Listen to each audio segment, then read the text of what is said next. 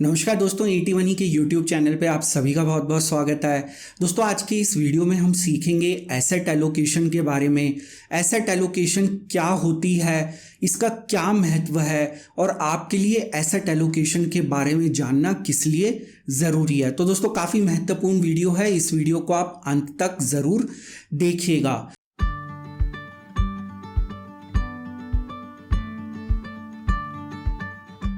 दोस्तों, जो basic philosophy होती है पर्सनल फाइनेंस की, वो ये कहती है, जिसको इंग्लिश में कहा जाता है कि don't put all your eggs in one basket. इसका मतलब ये है कि अगर आप एक एक्स अमाउंट निवेश करने जा रहे हैं तो कभी भी वो सारा पैसा केवल एक इन्वेस्टमेंट ऑप्शन या एसेट क्लास के अंदर निवेश नहीं करना चाहिए। वहाँ पे आपका रिस्क जो है बहुत ज़्यादा हाई हो जाता है। तो इसलिए इस रिस्क को मिनिमाइज करने के लिए एसेट एलोकेशन काफ़ी ज़्यादा महत्वपूर्ण है। आप अपने निवेश को डाइवर्सिफाई करिए, अपने पैसे को अलग अलग इन्वेस्टमेंट ऑप्शंस या एसेट क्लासेस के अंदर निवेश करिए। तो एग्जाम्पल के तौर पे आप अपने पैसे को रियल एस्टेट में निवेश कर सकते हैं, गोल्ड में निवेश कर सकते हैं, इक्विटी में निवेश कर सकते हैं, म्यूचुअल फंड्स के अंदर निवेश कर सकते हैं, फिक्स डिपॉजिट में डाल सकते हैं। तो दोस्तों, हमारा जो भी पैसा हमारे पास है, हमारी जो इन्वेस्टमेंट स्ट्रेटेजी है, उसके अंदर एसेट एलोकेशन काफ़ी ज़्यादा महत्वपूर्ण है। अगर हम यहाँ पे एसेट एलोकेशन का ध्यान नहीं रखेंगे तो वो हमारे पैसे के लिए एक हानिकारक साबित हो सकता है। यहाँ पे मैं आपके साथ एक एग्जांपल शेयर करना चाहूँगा। आपको मालूम होगा कि रियल एस्टेट सेक्टर के अंदर सन 2010 से लेके 2013 के बीच में एक ज़बरदस्त बूम आया था। यहाँ पे ऐसा कहा जाता था मार्केट में कि आप आज पैसा लगाइए और कल 10 या 20% का रिटर्न ले जाइए। लेकिन दोस्तों, अगर आपने उस अवधि के दौरान या उस समय के दौरान रियल एस्टेट के अंदर निवेश किया होता तो आपको मालूम होगा कि इस समय आपने जो भी उस समय पैसा लगाया था उसके ऊपर आपको 20 या 30% तक का नुकसान हो रहा होगा। रियल एस्टेट या घरों के जो रेट्स हैं पिछले 6-7 साल के अंदर उनके अंदर 20 से 30% की कटौती हुई है और कुछ केसेस के अंदर तो आपका पैसा शायद ज़ीरो हो गया होता, क्योंकि कुछ डेवलपर्स जो हैं वो बैंकरप्ट हो गए, उन्होंने बैंकरप्सी के लिए फाइल किया। तो दोस्तों, यहाँ पे कोई भी नहीं बता सकता इस दुनिया के अंदर कि आने वाले समय के अंदर कौन सी इन्वेस्टमेंट ऑप्शन या एसेट क्लास बहुत अच्छा परफॉर्म करेगी, कौन सी एसेट क्लास या इन्वेस्टमेंट ऑप्शन अच्छा परफॉर्म नहीं करेगी।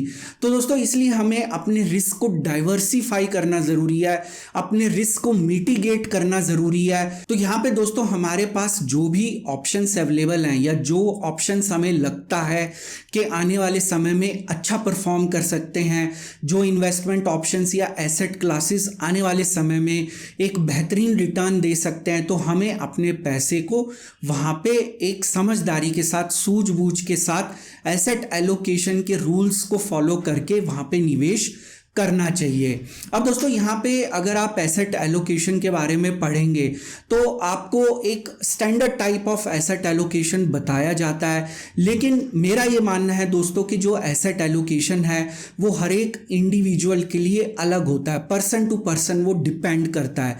दोस्तों, अगर एक एग्जांपल लेना है, मान लीजिए यहाँ पे दो व्यक्ति हैं, पर्सन ए और पर्सन बी, दोनों की मान लीजिए एज सेम है, इनकम सेम है, लायबिलिटीज सेम है, एसेट सेम है। तो दोस्तों, क्या यहाँ पे दोनों का एसेट एलोकेशन सेम हो सकता है?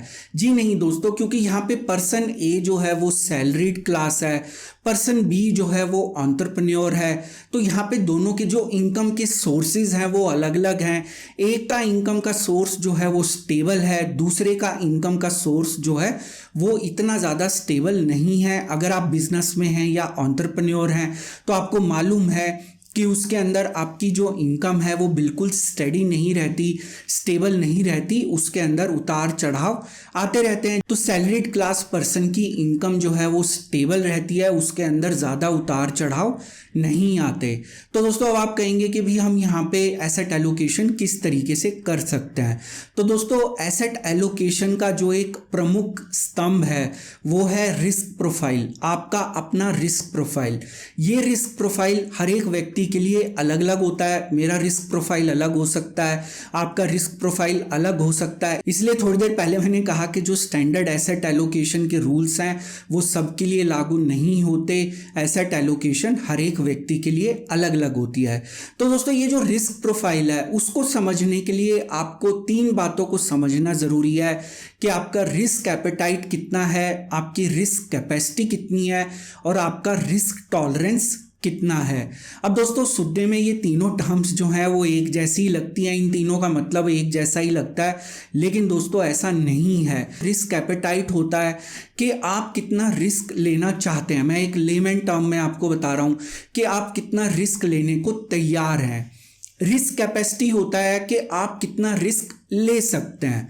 अब देखिए मैं लेने को तो हो सकता है अपनी पूरी कैपिटल के ऊपर रिस्क लेने को तैयार हूं, लेकिन दोस्तों जो मेरी परिस्थिति है, जो मेरी एज है, मेरी इनकम है, मेरे ऊपर कितने डिपेंडेंट लोग हैं, मेरी लायबिलिटीज कितनी हैं, उसके बेसिस के ऊपर मेरी रिस्क कैपेसिटी निर्धारित होती है। और दोस्तों तीसरी जो प्रमुख बात होती है वो है रिस्क टॉलरेंस, कि आप कितना रिस्क टॉलरेट कर सकते हैं। हो सकता है कि मेरा रिस्क एपेटाइट हाई हो, मेरी रिस्क कैपेसिटी भी ज़्यादा हो, लेकिन मैं उतना रिस्क जो है टॉलरेट ना कर पाऊँ, मतलब इमोशनली, साइकोलॉजिकली। आपने देखा होगा कि अगर आप मान लीजिए स्टॉक मार्केट में निवेश करते हैं तो वहाँ पे अगर आप मान लीजिए हाई रिस्क लेते हैं तो आपको वहाँ पे मेंटली प्रिपेयर होना चाहिए कि वहाँ पे आपको लॉस भी हो सकता है। अगर आप उसके लिए साइकोलॉजिकली और इमोशनली रेडी नहीं हैं तो आपकी रिस्क टॉलरेंस वहाँ पे कम है।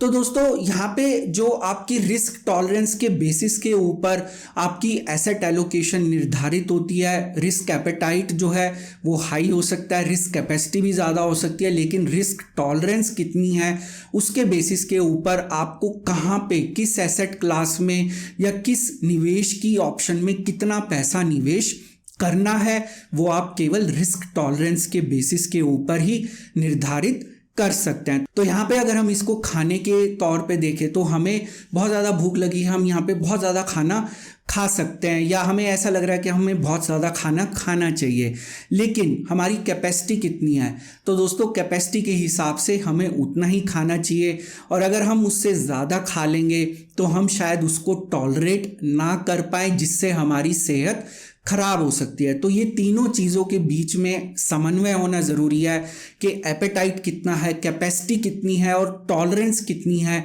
उसके बेसिस के ऊपर हम निर्धारित करते हैं। तो दोस्तों जो ये फनल होता है उसके अंदर टॉलरेंस जो है वो फाइनली डिसाइड करती है कि आप कितना रिस्क यहाँ पे ले सकते हैं। तो दोस्तों यहाँ पे जो रिस्क टॉलरेंस के बेसिस पे जब अपना आप एसेट एलोकेशन करते हैं तो उसके जो प्रमुख वेरिएबल्स होते हैं या जो बातें उस चीज़ को निर्धारित करती हैं कि आपका एसेट एलोकेशन कैसा होना चाहिए, उसके अंदर दोस्तों आपका इनकम का लेवल कितना है, आपके घर के खर्चे कितने हैं, आपकी लायबिलिटी कितनी है, आपकी एज क्या है। तो इन सब के बेसिस के ऊपर आपका एसेट एलोकेशन निर्धारित होता है, जैसा कि मैंने थोड़ी देर पहले बताया। लेकिन दोस्तों यहाँ पे मैक्रो इकोनॉमिक कंडीशंस जो हैं वो भी आपके रिस्क प्रोफाइल को चेंज कर देती हैं। तो दोस्तों अब मान लीजिए आपके कुछ फाइनेंशियल गोल्स हैं, आपकी कुछ फाइनेंशियल कमिटमेंट्स हैं, उनको अचीव करने के लिए आपको एक एक्स अमाउंट चाहिए 1 साल बाद, 2 साल बाद, या जो भी आपके फाइनेंशियल गोल्स का जो पीरियड है या जो उसका समय सीमा निर्धारित की हुई है आपने, उस समय आपको उतना पैसा चाहिए होगा। लेकिन जो मैक्रो इकोनॉमिक कंडीशंस हैं वो कई बार इसको बदल भी देती हैं। तो मान लीजिए अगर आप फिक्स डिपॉजिट में निवेश करते हैं, इस समय जो है फिक्स डिपॉजिट का इंटरेस्ट रेट 5 या 6% के आसपास है, तो क्या आप अपने फाइनेंशियल गोल्स को अचीव कर पाएंगे इतने इंटरेस्ट रेट के द्वारा? 5 या 6% इंटरेस्ट रेट से आपके फाइनेंशियल गोल्स अचीव हो पाएंगे?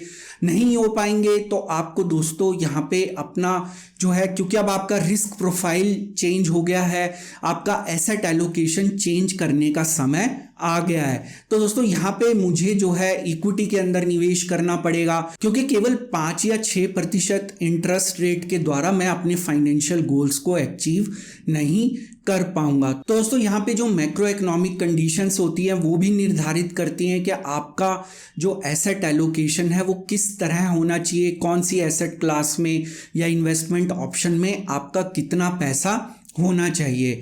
दोस्तों यहाँ पे एसेट एलोकेशन करने के बाद रीबैलेंसिंग के बारे में भी हमें ध्यान रखना चाहिए। अब मान लीजिए आपने अपने पोर्टफोलियो के अंदर एसेट एलोकेशन के द्वारा 45% पैसा जो है वो इक्विटी को निर्धारित किया हुआ है, यानी कि आपका जो निवेश है उसका 45% हिस्सा जो है वो म्यूचुअल फंड्स के अंदर जाएगा। अब दोस्तों मान लीजिए यहाँ पे स्टॉक मार्केट ऊपर की तरफ चली जाती है, आपके जो म्यूचुअल फंड्स हैं वो भी अच्छा परफॉर्म करते हैं, तो आप यहाँ पे चेक करते हैं कि अब इक्विटी का आपके पोर्टफोलियो के अंदर कितना शेयर है, कितना प्रतिशत है। तो वो 45% से अब हो गया 52%।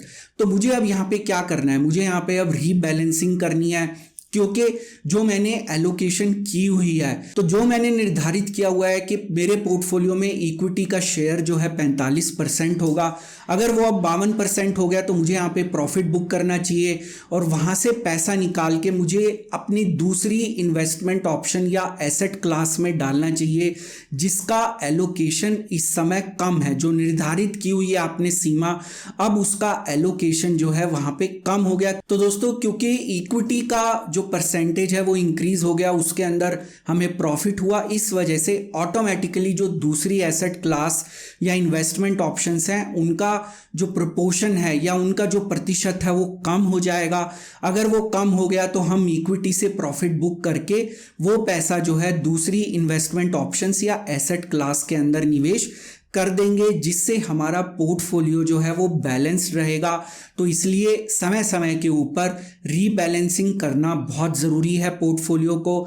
अगर आप रीबैलेंसिंग नहीं करेंगे तो वहाँ पे आपका पोर्टफोलियो जो है वो एक तरीके से, जिसको कह लीजिए कि एक पर्टिकुलर एसेट क्लास या इन्वेस्टमेंट ऑप्शन के प्रति स्क्यू हो जाएगा, उसकी तरफ बायस हो जाएगा, उसका प्रतिशत आपके पोर्टफोलियो में बहुत ज़्यादा बढ़ जाएगा। इसलिए एसेट एलोकेशन और रीबैलेंसिंग दोनों बहुत ज़रूरी हैं। और दोस्तों यहाँ पे एक और महत्वपूर्ण बात कि जब भी हम एसेट एलोकेशन के बारे में सोचते हैं या उसके ऊपर कोई एक्शन लेने लगते हैं तो हमारा माइंड जो है बायस हो जाता है। मान लीजिए मैं इक्विटी को फेवर करता हूँ तो मैं वहाँ पे एक नेचुरल बायस रहेगा कि मैं इक्विटी में ज़्यादा निवेश करूँगा, और अगर वहाँ पे मुझे अच्छे रिटर्न्स मिल रहे हैं तो मैं वहाँ पे और ज़्यादा पैसा वहाँ पे निवेश करना शुरू कर दूंगा। दोस्तों मुझे उम्मीद है कि इस वीडियो में आपको एसेट एलोकेशन से संबंधित पूरी जानकारी मिल गई होगी। अगर आपको ये वीडियो पसंद आया तो वीडियो के नीचे दिखाए गए लाइक बटन को आप ज़रूर दबाइएगा। और दोस्तों इसी तरह जानकारी से भरपूर और ज्ञानवर्धक वीडियोस देखने के लिए आप ईटी मनी का यूट्यूब चैनल ज़रूर सब्सक्राइब करिए। सब्सक्राइब के ऑप्शन इस समय आपकी स्क्रीन पे विजिबल है। आप नीचे दिखाए गए लाल रंग के सब्सक्राइब बटन को भी दबा सकते हैं। उसके साथ दिखाए गए बेल नोटिफिकेशन को क्लिक करना मत भूलिएगा, ताकि जब भी कोई नया वीडियो अपलोड हो उसकी नोटिफिकेशन तुरंत आपको अपनी ऐप या ईमेल के ऊपर मिल जाए। तो दोस्तों आज का वीडियो देखने के लिए बहुत बहुत शुक्रिया। हम फिर मिलेंगे अगले वीडियो में एक नई जानकारी के साथ, एक नई सीख के साथ, एक नई लर्निंग के साथ। तब तक आप अपना ध्यान रखें। Mutual fund investments are subject to market risks. Read all scheme related documents carefully.